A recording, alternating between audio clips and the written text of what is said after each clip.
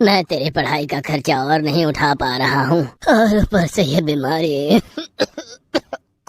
तो फिर मेरी पढ़ाई का क्या होगा? मुझे नौकरी करनी है पिताजी। क्या करूँ बेटी, गरीब बाप है तेरा। ये सुनकर अनुपमा अपने ही मन में सोचने लगी, ये पिताजी बिना अब मैं पढ़ाई कैसे करूंगी? पता नहीं गरीब घर में क्यों पैदा हो गई थी। अनुपमा कॉलेज में पढ़ती थी। उसके पिता कई दिनों से बीमार हैं, फिर भी खुद की दवाइयों का खर्चा बचाकर अनुपमा के लिए किताबें खरीद कर लाते हैं, कॉलेज की फीस भरते हैं। लेकिन उनकी तबीयत कुछ दिनों से बहुत ज्यादा खराब है, जिसके कारण वो काम पर भी नहीं जा पा रहे हैं। अनुपमा बचपन से ही पढ़ाई लिखाई में अच्छी थी, इसीलिए उसे घमंड भी था। कॉलेज जाकर वो क्लास में टॉप करने लगी और क्लास की एक छपरी से प्यार करने लगी। उसका नाम राहुल था। राहुल पढ़ाई लिखाई नहीं करता था। अनुपमा ने राहुल से कहा, राहुल, मेरे पिताजी की तबीयत खराब है, उनसे मेरी पढ़ाई का खर्चा नहीं उठाया जा रहा है, क्या तुम मेरी कुछ मदद कर सकते हो? तो पागल हो क्या, यहाँ मुझसे खुद का खर्चा नहीं उठाया जा रहा है। राहुल ने साफ साफ मना कर दिया। राहुल का सारा पैसा नशा करने में ही निकल जाता था। अनुपमा मुश्किल में पड़ गई। घर लौटने पर उसके पिताजी ने कहा, बेटी, लगता है मैं और कुछ दिनों का मेहमान हूँ, इसलिए मरने से पहले मैं तुम्हारी शादी करवाना चाहता हूँ। एक अच्छा लड़का है, तो मुझसे शादी कर लो। अच्छा, और लड़का करता क्या है? किसान है। ये सुनकर अनुपमा का मूड खराब हो गया, लेकिन अगले दिन राहुल ने उसे समझाया, देख अनुपमा, तुझे पढ़ाई कर नौकरी करना है ना, तो शादी कर ले और फिर पति के पैसों पे पढ़ ले, फिर नौकरी मिलने के बाद। तुझे पता है ना मैं क्या बोल रहा हूँ। अनुपमा सब कुछ समझ गई। उसने घर जाकर शादी के लिए हाँ कर दिया। गांव के किसान बिरजू के साथ अनुपमा की शादी हो गई और उसके बाद अनुपमा के पिता का देहांत हो गया। बिरजू अपनी माँ के साथ रहता था। बिरजू की माँ अलका बहुत अच्छी इंसान थी। उन्होंने अनुपमा को अपना लिया। बहू, तुम आज से इस घर की बहू नहीं हो, इस घर की बेटी हो बेटी। वो सब तो ठीक है माँ जी, लेकिन मैं घर का काम नहीं कर सकती, मुझे पढ़ाई करनी है। हाँ हाँ, बिरजू ने मुझे बताया है। हाँ अनु, तुम पढ़ाई करो, खर्चा मैं उठाऊंगा। बिस्तर पर सोई हुई थी, तभी अलका ने उससे कहा, बहू, अभी तो तुम पढ़ाई नहीं कर रही हो, रसोई में थोड़ा मेरा हाथ बटा दोगी? मेरी तबीयत कुछ ठीक नहीं लग रही है।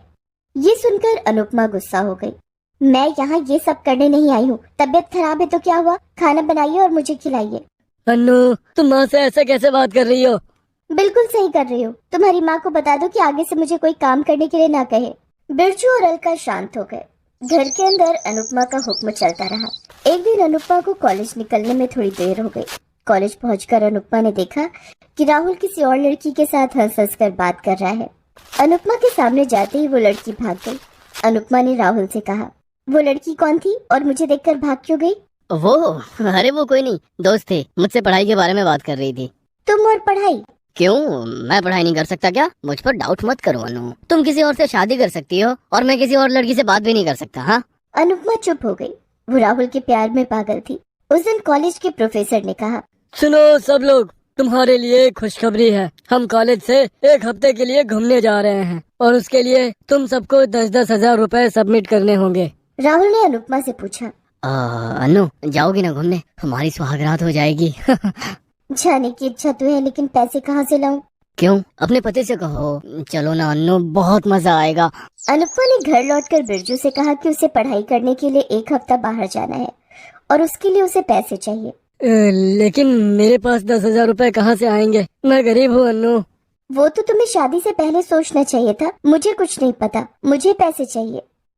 ठीक है, तुम्हारी पढ़ाई जरूरी है, मैं कुछ करता हूँ। बिरजू ने अपनी जमीन का एक हिस्सा गिरवी रख दिया और उन पैसों से अनुपमा राहुल के साथ घूमने चली गई।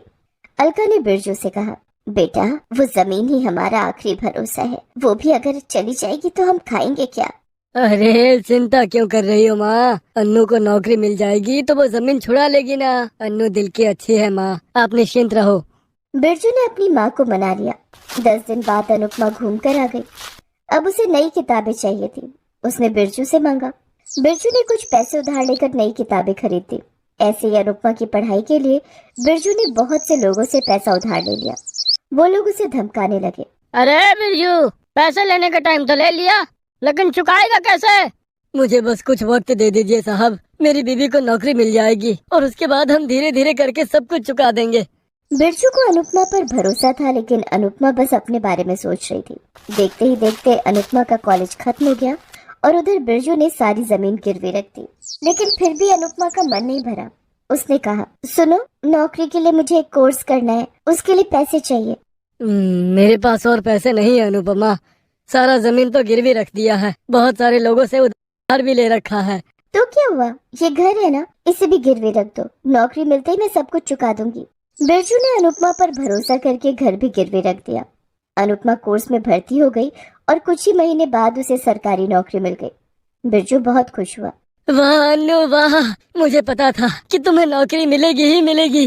हम तो धन्य हो गए बहू, लेकिन अब धीरे धीरे पैसे चुकाना शुरू करो बहू। अरे रुकिए माँ जी, अभी भी नौकरी मिली है, जरा सांस तो लेने दीजिए। अनुपमा ने अलका को चुप करा दिया। अनुपमा नौकरी करने लगी और बैंक में पैसे जमाने लगी। जब भी बिरजू उधारी चुकाने के बारे में बात करने जाता था, तभी अनुपमा उसे चुप करा देती थी। ऐसे ही 1 साल नौकरी करने के बाद अनुपमा ने बहुत सारा पैसा जमा कर लिया और एक रात को घर से निकल गई और राहुल के साथ भाग गई। सुबह बिरजू और अलका को पता चला तो वो दोनों पागल से हो गए। तुझे कहा था बेटा, सब कुछ गिरवी मत रख, सब खत्म हो जाएगा। क्या करूं माँ, मैंने तो प्यार किया था, भरोसा किया था अनुपमा पर। बिरजू ने जिनसे उधार लिया था वो लोग आकर बिरजू और अलका को मारने लगे। उन दोनों को घर से निकाल दिया। बिरजू और अलका रास्ते पर भटकने लगे, भीख मांगकर खाने लगे। उधर राहुल ने अनुपमा से कहा, अन्नू, तुम्हारा पति अगर तुम पे केस कर दे तो तुम्हारा सारा पैसा जब्त हो सकता है, तुम उन पैसों को मेरे अकाउंट में डाल दो। अगले दिन राहुल अनुपमा को लेकर एक होटल में गया। अन्नू, ये पानी पी लो और थोड़ा सो जाओ, मैं कुछ देर में लौटता हूँ। अनुपमा पानी पीकर सो गई। उसे बहुत तेज नींद आ गई। राहुल चला गया। असल में उस पानी में नींद की गोली मिलाई गई थी। 2 दिन बाद अनुपमा की नींद खुली। राहुल कहाँ गया? अनुपमा ने राहुल के मोबाइल पर वीडियो कॉल किया और वो चौंक गई। उसी लड़की ने कॉल उठाया जिसके साथ राहुल कॉलेज में हंस हंस कर बात कर रहा था। उस लड़की ने कहा, राहुल और मैं एक दूसरे से प्यार करते हैं, तुम्हारे साथ तो वो सिर्फ पैसों के लिए था, अब से उसे कॉल मत करना। अनुपमा के सर पर जैसे आसमान टूट पड़ा। क्या धोखा? मेरे साथ धोखा हुआ है। अनुपमा रोने लगी, लेकिन वो किसके पास जाती? राहुल के लिए उसने अपनों से धोखा जो किया था। वो रास्ते पर चली गई और तभी उसने अलका और बिरजू को देखा। वो उन दोनों के पास चली गई और माफी मांगने लगी। उसने सब कुछ बताया। मुझे माफ कर दो बिरजू, माँ जी मुझे माफ कर दीजिए, मैं अंधी हो गई थी, मैं अपनों को पहचान नहीं पाई। देखा अन्नू, धोखा नहीं हो, हम अभी भी एक साथ लड़ सकते हैं। अनुपमा ने अलका को गले लगा लिया। धोखा खाकर अनुपमा किराए के घर में रहने लगी और नौकरी करके अनुपमा पैसे चुकाने लगी। कुछ ही साल में उसने पूरा उधार चुका दिया। बिरजू को घर और जमीन वापस मिल गया। वो फिर से खेती बाड़ी करने लगा और अनुपमा नौकरी करने लगी।